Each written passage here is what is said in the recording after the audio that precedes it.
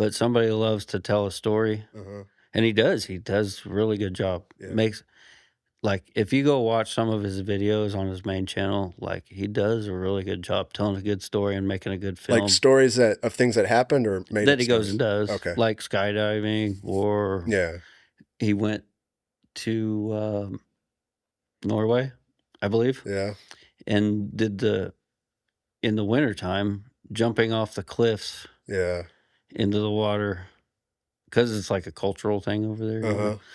So, and then Yeah. told the whole Well, story and about that, yeah, and what and makes a good storyteller is able to infuse the emotion mhm, into it and recreate how you felt and again and again and again every time you tell that story, you know? yeah, And that's what's funny. Like, I prank my wife all the time telling her outlandish stories yeah, that are made up, and she believes them because I believe them. yeah, In that moment, like I believe my own lie. yeah, And it's funny, like, you can, but that's what makes storytelling so fun. Is like you do it in such a way where the person's imagination opens up and they start feeling that emotion, yeah, you know? yeah, it's like, I feel I actually like watching his videos, Yeah. that he tells a really good story about those places or where he went, Uh-huh. or, you know, Yeah. And if you're, getting if, his skydiving yeah, and if you're license. really, really good at that, you don't have to rely on the camera and the editing to, Mhm.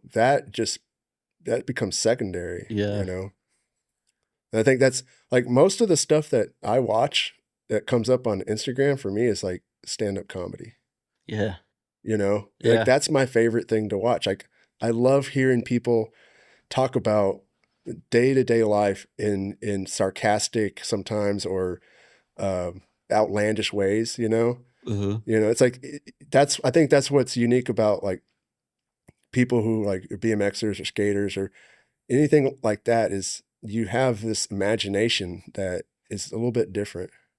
It's like one of those hobbies where if you really can't imagine it, you're not going to do it. mhm, You have to like that was I mean that's the level of anxiety that was under when I was younger is I can't imagine how I didn't have a heart attack. But that's what made me like not do a lot of stuff. But mhm, then the stuff that I did do, I usually got it first try and I didn't crash and burn because I had thought about it in my head so many times. yeah.